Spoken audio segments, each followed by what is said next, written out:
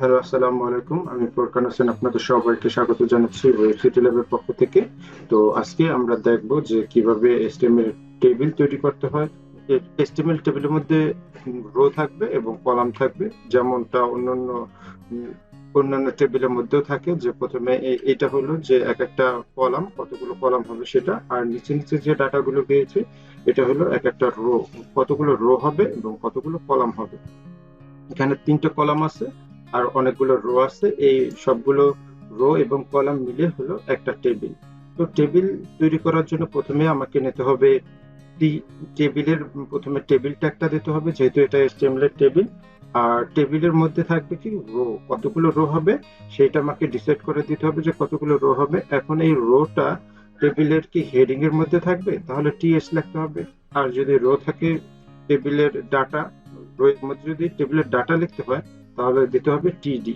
তো টিএস এবং টিডি সম্পর্কে আমরা আরো জানবো যখন আমরা এই টেবিলগুলো করব তখন। আজকে যেহেতু আমাদের পঞ্চম ক্লাস, সেজন্য আমি অলরেডি আমাদের ক্লাসের জন্য একটা HTML ক্লাস 5 নামে একটা ফোল্ডার তৈরি করেছি। এই ফোল্ডারটা আমার যে কোড এডিটরের মধ্যে ওপেন করলাম। তো ওপেন করার পর যেহেতু আজকে আমরা শিখবো HTML এর টেবিল। তো আমরা অলরেডি দেখেছি যে কিভাবে ফেভিকন অ্যাড করতে হয়, এইটুকুই হলো সেই ফেভিকন অ্যাড করার কোড।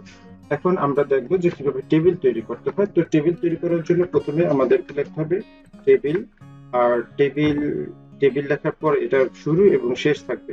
তো আমরা অলরেডি জানি যে টেবিলের মধ্যে সাধারণত কি কি থাকে, টিআর এবং টিডি। তো প্রথমে আমরা লিখবো যে আমাদের এখানে কতগুলো টিআর হবে সেটা। তো টিআর আমরা প্রথমে ধরে নিলাম যে আমাদের এখানে টিআর হবে একটা। আর সেই টিআর এর মধ্যে থাকবে কি টেবিলের হেডিং টিএইচ। এখন এই টিএইচ এর মধ্যে প্রথমে লিখবো আমরা যে নেম। আর একটা কলামে যদি আমরা লিখি যে কোম্পানি, আর একটা হলো ফোন নাম্বার।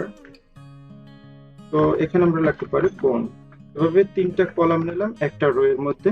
তো এখন যদি আমরা এই গো লাইভে যাই তাহলে কিন্তু আমরা দেখতে পাবো যে এটা মানে টেবিলের হেডিংটা তৈরি হয়ে গেছে।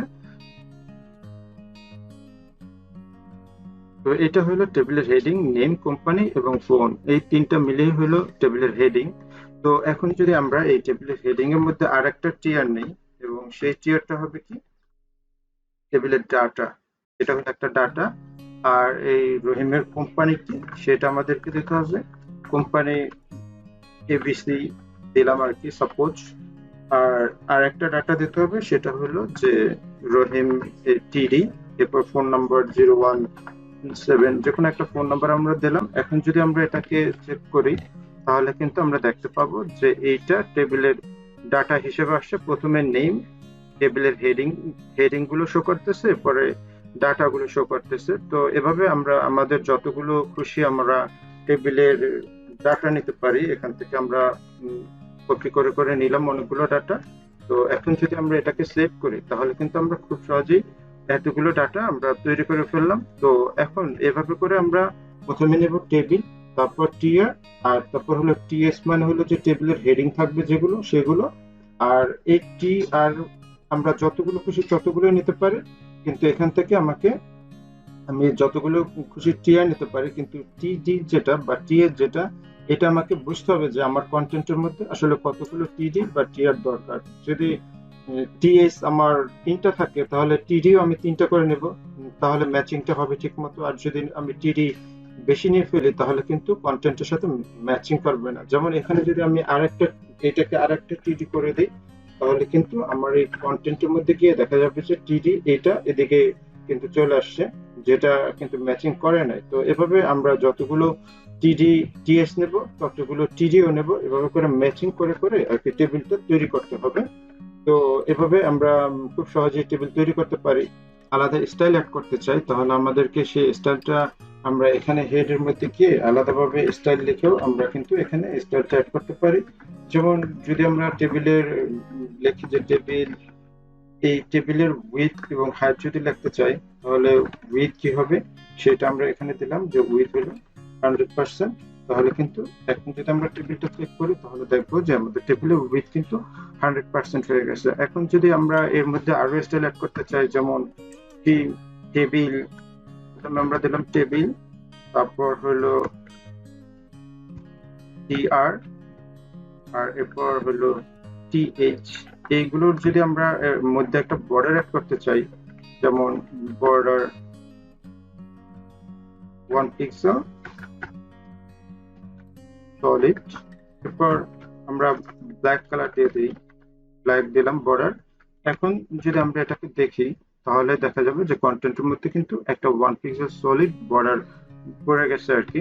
তো এখানে টেবিলের মধ্যে 1 পিক্সেল সলিড বর্ডার শো করতেছে এবং টিআর এবং টিএইচ এর মধ্যেও কিন্তু 1 পিক্সেল বর্ডার শো করতেছে। তো এখানে আমরা টিআর টেবিল রো এর মধ্যে একটা, আর টিডির কথা কিন্তু আমরা বলি না যে টিডির মধ্যে বর্ডার পড়বে, সেজন্য কিন্তু টিডির মধ্যে বর্ডার শো করতেছে না। যদি আমরা এখানে টিডিও দিয়ে দিই তাহলে কিন্তু এই টিডির মধ্যে বর্ডার চলে আসবে। তো আমরা যেহেতু টিডিও লিখে দিয়েছি, এখন টিডির মধ্যেও কিন্তু বর্ডার চলে আসছে এবং সবগুলো টেবিলের মধ্যেই কিন্তু বর্ডার চলে আসছে। এখন দেখা যাচ্ছে যে এখানে বর্ডার আসার পরেও এইখানে কিন্তু সবগুলো টেবিলের এই বর্ডারের মধ্যে একটু স্পেস স্পেস দেখা যাচ্ছে। এটা হলো যে টেবিলের ডিফল্ট যে বর্ডার সেটা। তো এখানে বর্ডার ডিফল্ট যে বর্ডারটা সেটাকে কোলাপস করে দিতে হবে। তো বর্ডার কোলাপস নামের একটা ট্যাগ আছে, সেই ট্যাগটা ইউজ করতে হবে HTML এর প্রপার্টি। তো বর্ডার কোলাপস এটাকে কি করতে হবে, কোলাপস করতে হবে। যদি আমরা বর্ডার কোলাপস করি তাহলে আমরা দেখব যে এখানে কিন্তু এই যে আলাদা একটা কিভাবে গড়গড় দেখা যাচ্ছিল সেটা কিন্তু এখন আর দেখা যাইতেছে না। তো এটাকে এভাবে করে আমরা টেবিল সুন্দর মতো করে তৈরি করতে পারি। তো পরবর্তী ক্লাসে আমরা দেখব যে কিভাবে এই টেবিলের কিছু যেমন এই দুইটা কলামকে যদি আমরা ড্রপ করে দিতে চাই, বা এই নেম হবে এই দুইটা কলাম নিয়ে, আবার এখান থেকে দুইটা রো হবে, দুইটা রো নিয়ে একটা রো হবে, এভাবে কিভাবে করব রো রো স্প্যান বা কল স্প্যান করে। তো সেটা আমরা পরবর্তী ক্লাসে দেখব। সবাইকে ধন্যবাদ সাথে থাকার জন্য।